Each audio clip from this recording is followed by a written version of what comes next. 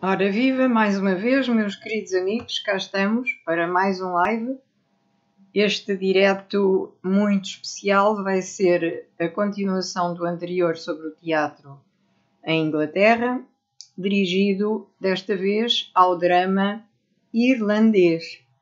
E então a leitura é sempre como habitual do livro que escrevi, A Grande Guerra e os Movimentos Literários e Artísticos na Europa, publicado em 2017, com prefácio do Sr. General Chito Rodrigues, e vou continuar então a leitura, desta vez falando sobre o teatro na Irlanda.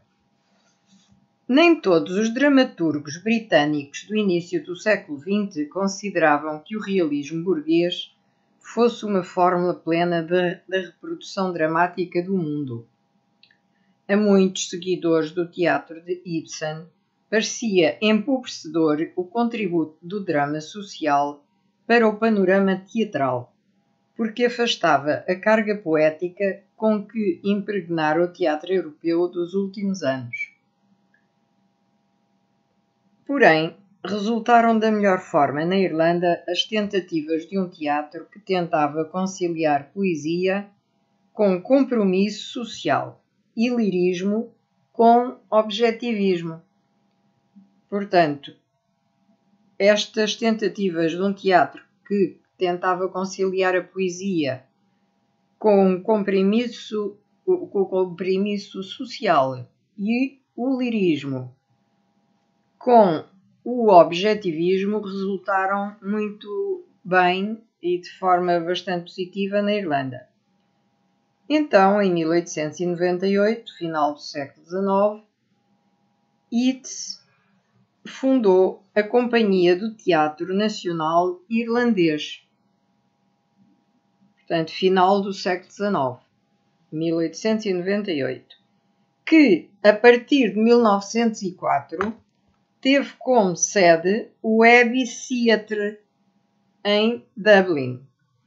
Aí colocou em cena a mitologia céltica com uma peça designada A Terra que o Coração Deseja, que foi apresentada em 1894. Definiu uma certa forma de poesia dramática que o caracterizou no teatro com as peças O Relógio de Areia, de 1903, e Os Ciúmes de Emer, de 1916. A sua poesia dramática era genuína, tendo atingido enorme qualidade naquelas duas peças. Reveja-se que a Companhia de Teatro Nacional Irlandês foi fundada em 1904 e teve como sede o Abbey Theatre na cidade de Dublin. Porém, esta peça, A Terra que o Coração Deseja, foi efetivamente atribuída a Yeats e apresentada no mesmo teatro. E quanto às suas pretensões, ele desejava formar um teatro nacional irlandês desligado da tradição inglesa.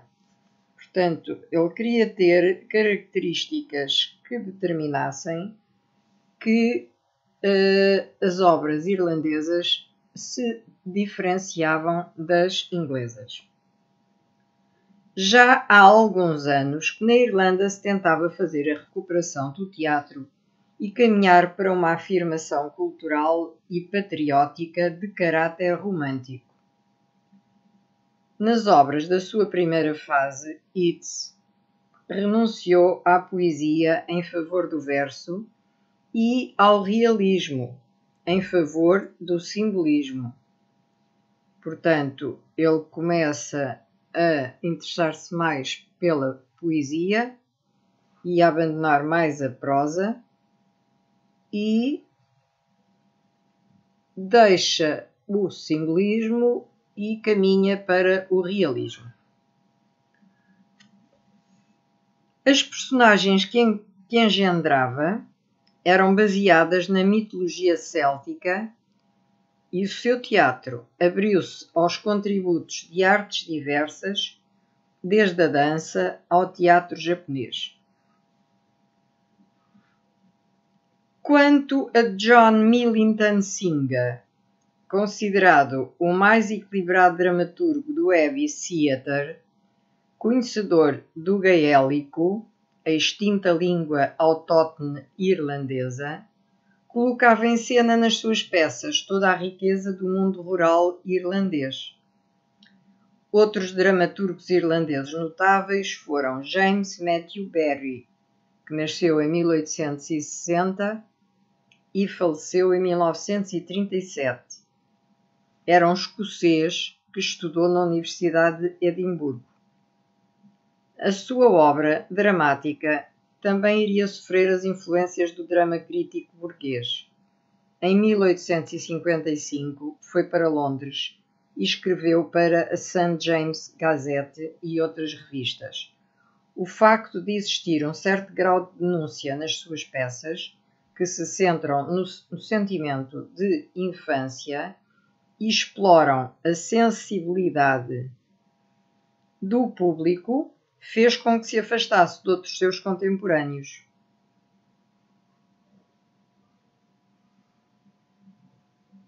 Chegou a fundar um clube de cricket denominado Alackberries,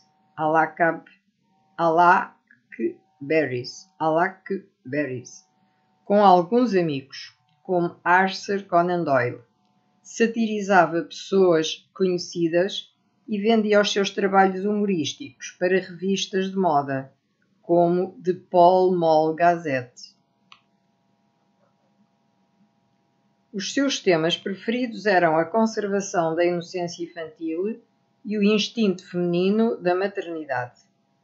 A sua obra mais difundida foi, sem dúvida, a que trata da mítica personagem Peter Pan, que foi apresentado ao público em 1904. Posteriormente, os caracteres dessa peça iriam transformar-se em figuras animadas no clássico de Disney, em 1953, muitos anos mais tarde. Em 1913, recebeu o título de baronete. Um beijo para Cenicienta, datado de 1916, e Querido Bruto, de 1917, foram outras das suas obras de teatro mais apreciadas. Durante a Grande Guerra fez um filme no estilo do Velho Oeste. Portanto, estamos a falar do Sr. James Matthew Barrie, que estudou na Universidade de Edimburgo. E, portanto, a sua obra dramática ainda iria sofrer as influências do drama crítico burguês. E depois, em seguida, é que foi para Londres em 1855, tendo escrito para a St. James' Gazette e para outras revistas.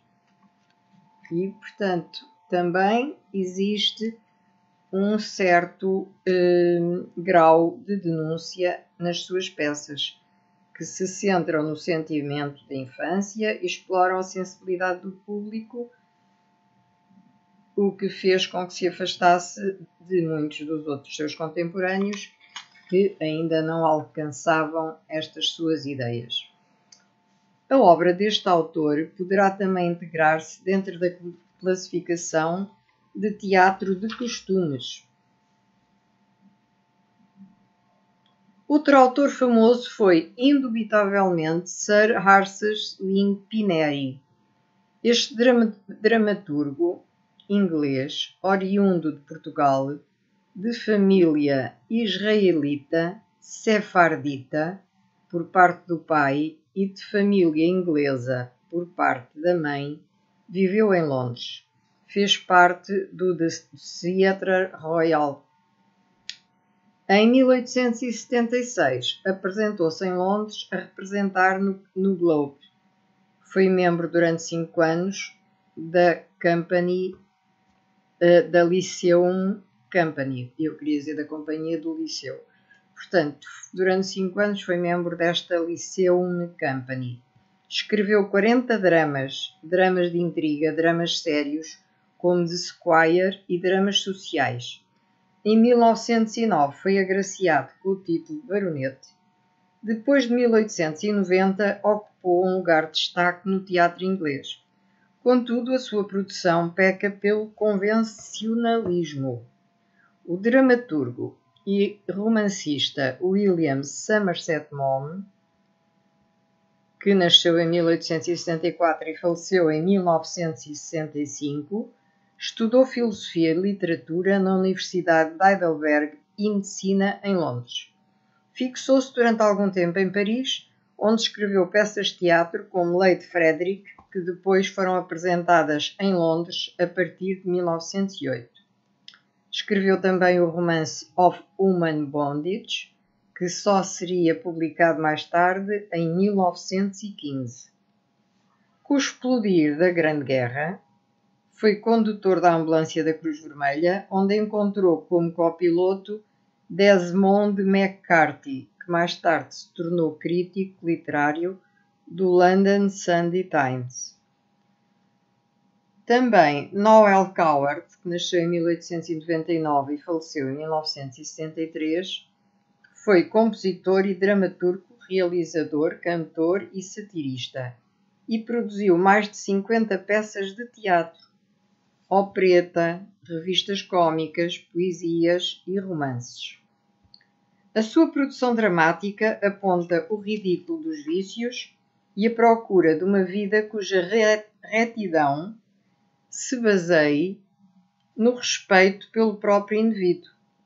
Convém aqui relembrar que a dramaturgia da época vitoriana nunca apresentou quaisquer resultados dignos de aplausos, começando a sentir-se um esvaziamento do romantismo e um caminhar para o realismo.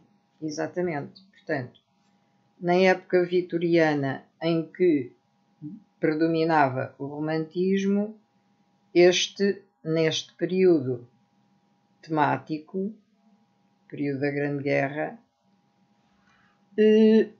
começou a esvaziar-se e era o realismo que tinha preponderância.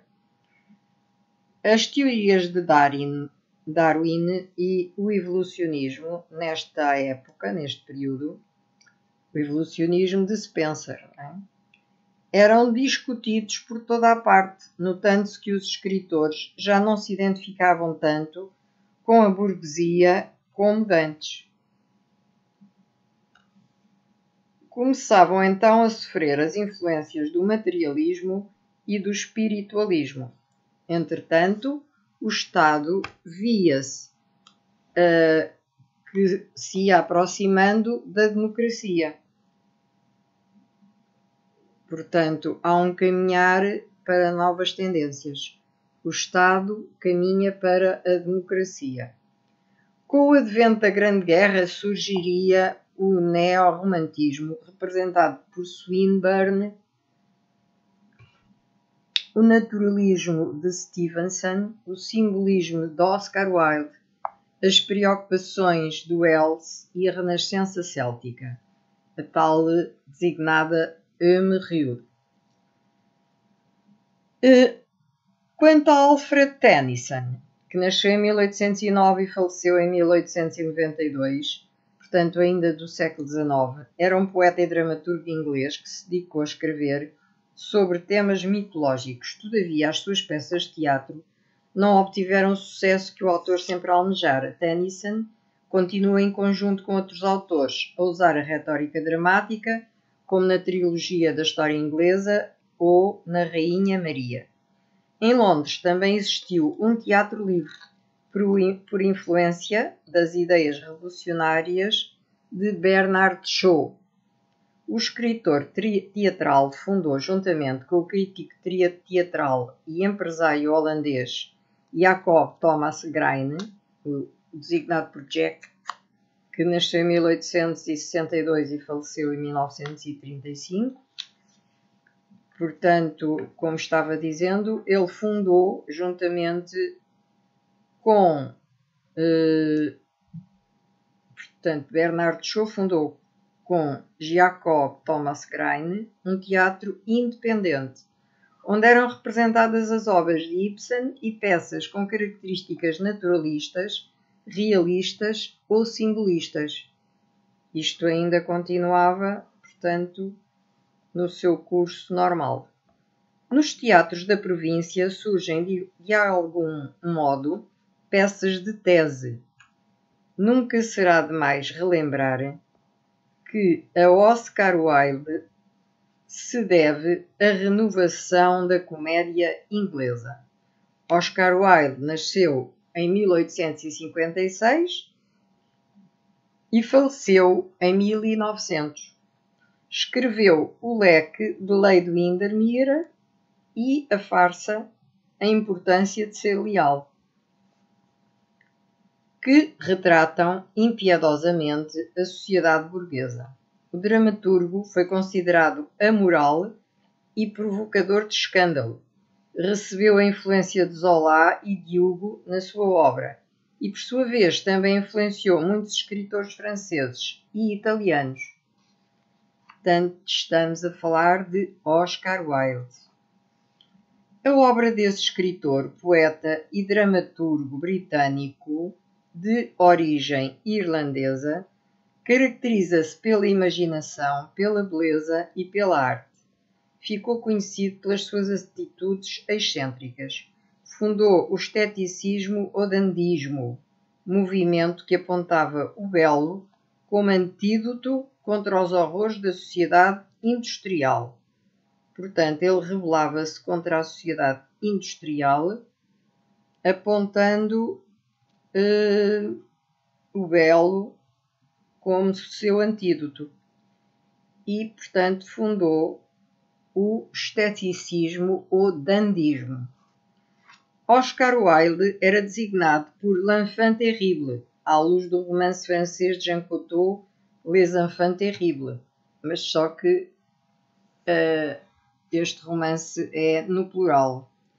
E, portanto, este Oscar Wilde era um deles, que poderia ser, no pensamento das pessoas, um destes enfants terribles do Jean Cocteau.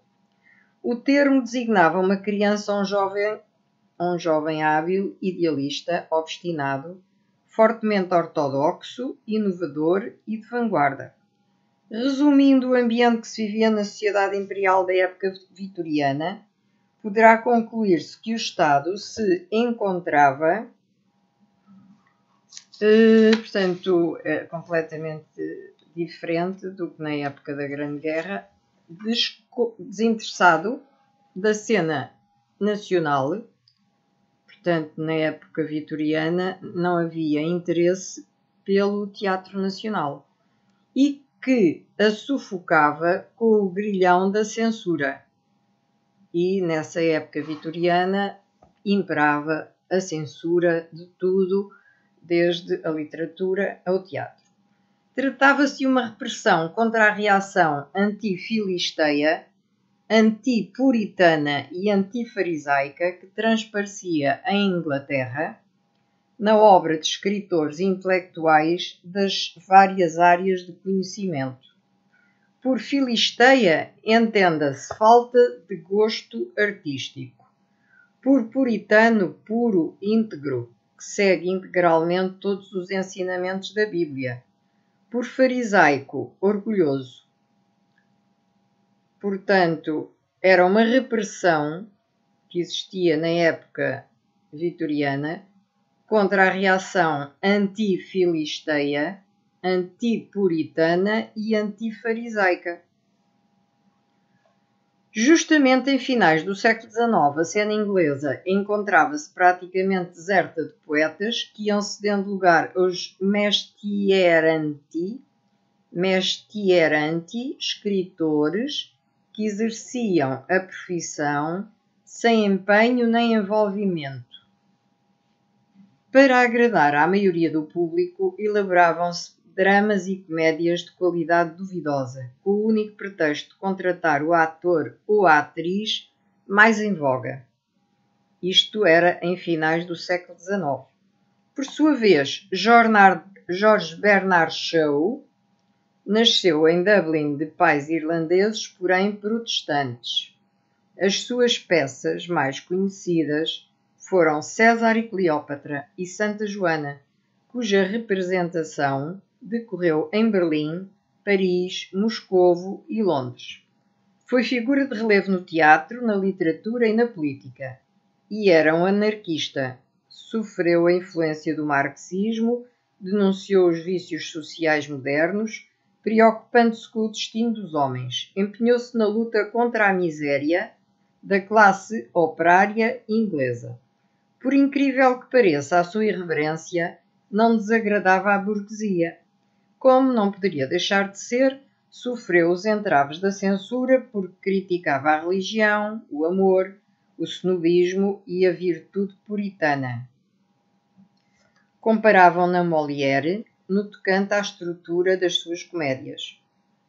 Outros 3 irlandeses que também influenciaram grandemente o teatro foram John Millington Synge, William Butler Yeats e O'Casey, que estavam ligados ao movimento dramático irlandês e ao Teatro Nacional Irlandês. Portanto, estes são 3 nomes a fixar: John Synge, William Butler Yeats e O'Casey. O Teatro da Abadia, portanto em inglês será Abbey Theatre, foi fundado em 1904, apresentando peças quer em língua gaélica, quer em língua inglesa. O conhecido dramaturgo Synge descrevia no seu teatro um mundo misterioso e secreto que conseguia encontrar em cada pessoa e em cada acontecimento. Fugia à realidade através do sonho. Tratava-se de um teatro de caráter épico e fantástico, onde se entrelaçavam a realidade e a lenda. Também Yeats pôs em cena, em 1894, ainda no final do século XIX, no Teatro da Abadia, a peça A Terra que o Amor Deseja, espelhando a mitologia céltica. E em 1910 apresentou O Capacete Verde. A sua poesia dramática era genuína, atingindo enorme qualidade em O Relógio da Areia, datado de 1903, ou em Os Ciúmes de Emer, de 1916. Quanto a Sean O'Casey, assumido socialista, foi o primeiro dramaturgo de renome a escrever sobre as classes operárias de Dublin. A sua peça The Shadow of a Gunman foi representada no Abbey Theatre em 1923. Por sua vez, Jean O'Lysey, através de um característico estilo dramático, transmitiu nas suas obras um realismo extremo e uma eloquência exagerada. Este dramaturgo nasceu em 1884 e faleceu em 1964. Portanto, Jean O'Lysey, nas suas peças, está bem patente a repressão inglesa exercida sobre a Irlanda. Portanto, ele especifica nas suas escritas das suas peças esta repressão inglesa que era então exercida sobre a Irlanda, assim como aspectos da Guerra Civil. Depois do Teatro de Dublin, fundaram-se novos teatros em Manchester e Liverpool. Portanto, depois de se ter fundado um teatro em Dublin, fundaram-se mais outros em Manchester e em Liverpool, novos teatros. Porém, a partir de 1912, o Old Vic Theatre de Waterloo Road adquiriu enorme prestígio e os atores foram convidados a representar nesse bairro miserável de Londres, num gesto de solidariedade para com aqueles que tinham menos recursos financeiros, na tentativa de minorar os problemas sociais existentes. Portanto, este Old Vic Theatre era em Waterloo Road, um bairro de pessoas com dificuldades financeiras. Depois de 1914, o Old Vic, dirigido por John Burrell, dedicou-se à apresentação de peças de Shakespeare. Quanto a Arnold Bennett, que nasceu em 1867 e faleceu em 1931, foi escritor, jornalista, romancista e dramaturgo.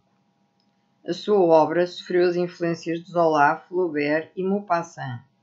Um pouco antes da Grande Guerra, promoveu a apresentação de comédias sentimentais, tais como Marcos Milionários, que foi apresentada em 1912, e A Grande Aventura, de 1913. Um outro dramaturgo foi Stanley Totten, que nasceu em 1881 e faleceu em 1913. Especializou-se igualmente em temas de caráter realista e social, que utilizou em Indal Wakes, que foi apresentado em 1912. A partir de 1918, iria desenvolver-se em Inglaterra a tendência para a ópera, para o balé russo e para o musical. Portanto, isto a partir de 1918 quer dizer que a partir do fim da guerra. Desenvolve-se em Inglaterra, portanto, a tendência para a ópera, para o balé russo e para o musical.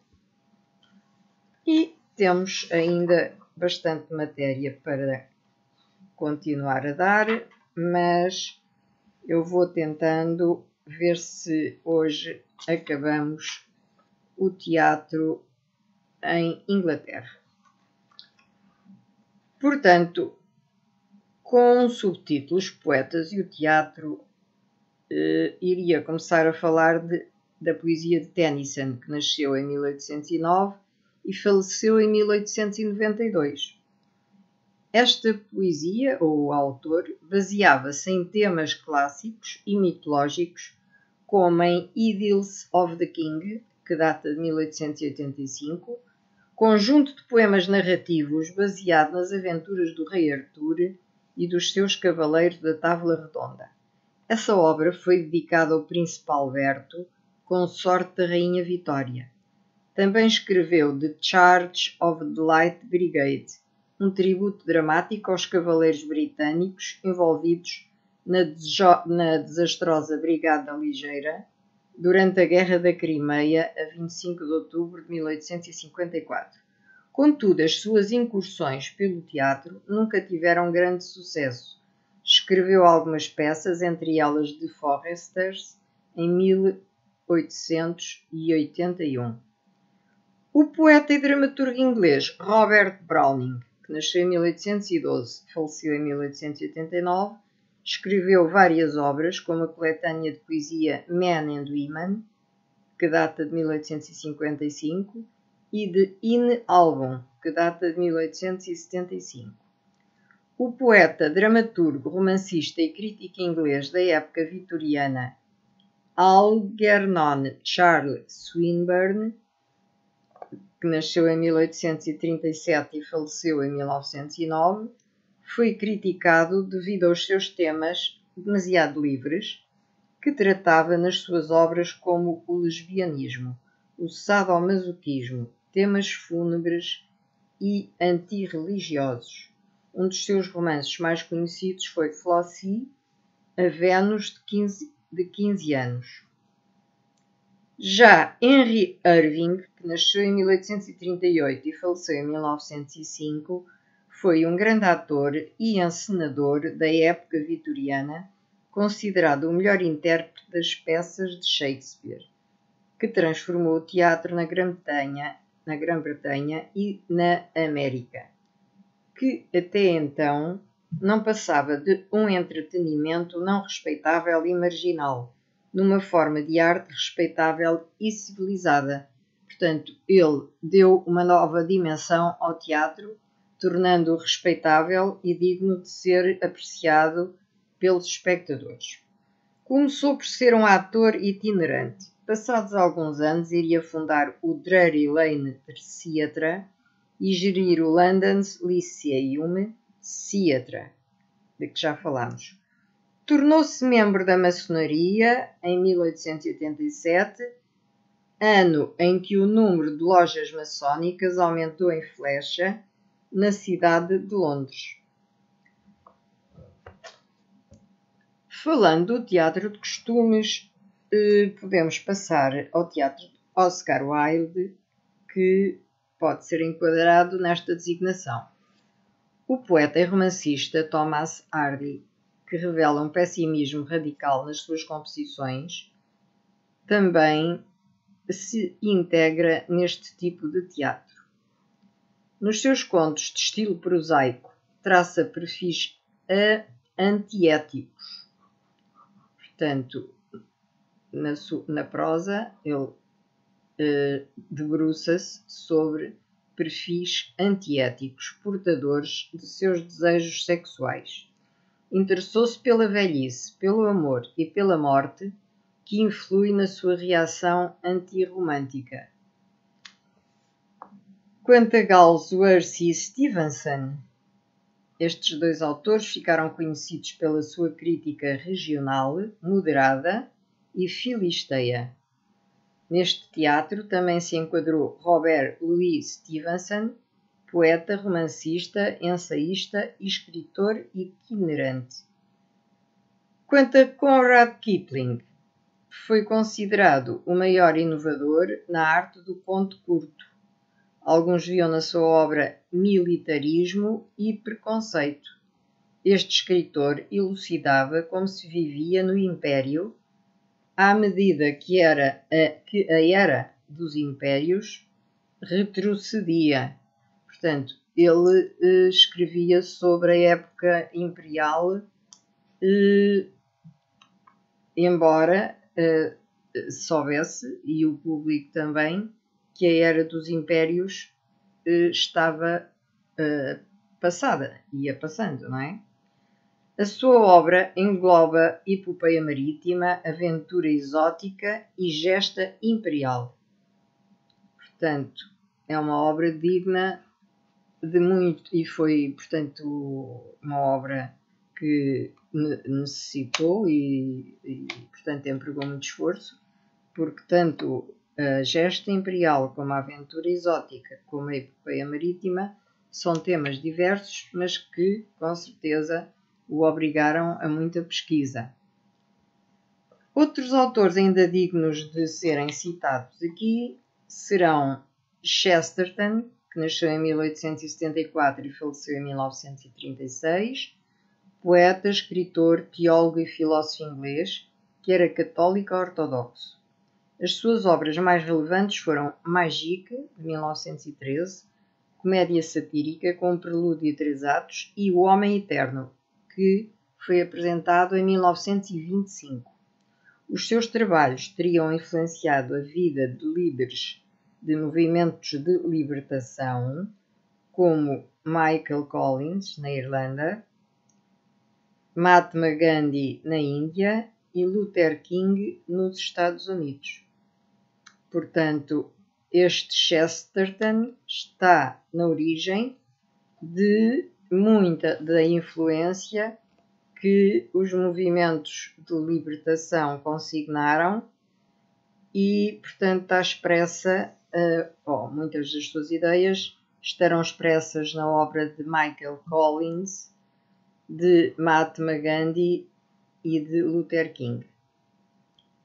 Michael Collins era irlandês, como se sabe, Mahatma Gandhi era indiano e Luther King era americano. Ainda autores do Court Theatre. Podemos citar 3 e com isto acabamos o estudo do teatro inglês e vou citá-los. Portanto, John Encken, todos estes eram do Court Theatre. John Encken nasceu em 1869 e faleceu em 1909. Foi considerado um dos mais prestigiados dramaturgos do novo drama eduardiano, do tempo de Eduardo. Quanto a John Galsworthy, nasceu em 1867 e faleceu em 1933, tendo escrito entre muitas as seguintes peças: Strife, que data de 1909, Justice, que data de 1910, e Loyalties, que data de 1922. Portanto, falámos de John Hankin, agora de John Galsworthy, e finalmente a fechar falaremos de Harley Granville Barker, que nasceu em 1877, faleceu em 1946 e foi ator, encenador, dramaturgo e polemicista. E por hoje termina aqui este direto com votos de que tenham uma continuação de semana excelente dentro do panorama que estamos a viver, para vocês todos, em todo o mundo, em todo o Portugal, em todo o lado onde me estiverem a ver e a ouvir, e que a pandemia nos deixe quanto antes, quanto mais cedo melhor, porque estamos saturadíssimos de sofrer e de ver os outros sofrer. Muita saúde para todos e que Deus nos proteja a todos. Uma boa tarde. Até um próximo live.